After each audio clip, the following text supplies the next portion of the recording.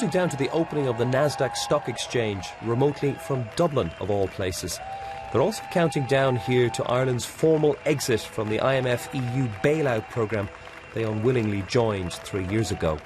Welcome to Dublin, capital of Ireland. Welcome to Ireland, the new capital of the digital world. Tech is a vital part of the Irish economy, accounting for less than a tenth of the jobs, but 40% of the country's exports. When the Celtic Tiger collapsed, so did the retail and construction sectors, but the major dot-coms stayed. Tech giants like Facebook, Google and Twitter have their European headquarters here in Ireland.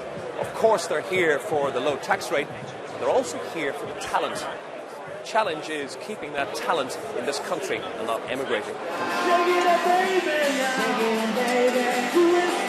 And with emigration running at a jaw-dropping 1,000 young and mostly educated people every week, the long-term damage could be huge. Irish people really have never had a huge amount of faith in their country or in the British Empire, which ruled them before that.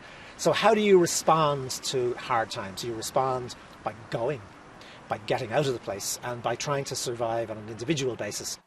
Though she'd like to, Mandy can't emigrate until her daughters have finished university. She's a senior theatre nurse but describes herself as working poor.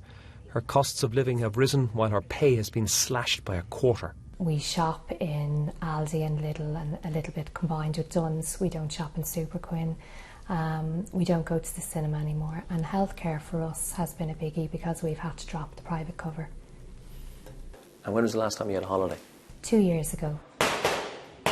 So how has the crisis affected Irish people famed for their fighting spirit? One world-famous Irish boxer thinks the ostentatious consumption of the Celtic Tiger hid some of the country's better attributes. My sister works in County Louth with the government down there, and she said in particular that there's a great sort of resurgence of community spirit, and a lot of people are volunteering again and helping older people and creating opportunities for older people to come and work with intergenerational stuff, and a lot more people helping out in charities. So it's very apparent that community, the cohesiveness within community is much better than it was, say, 4 or 5 years ago.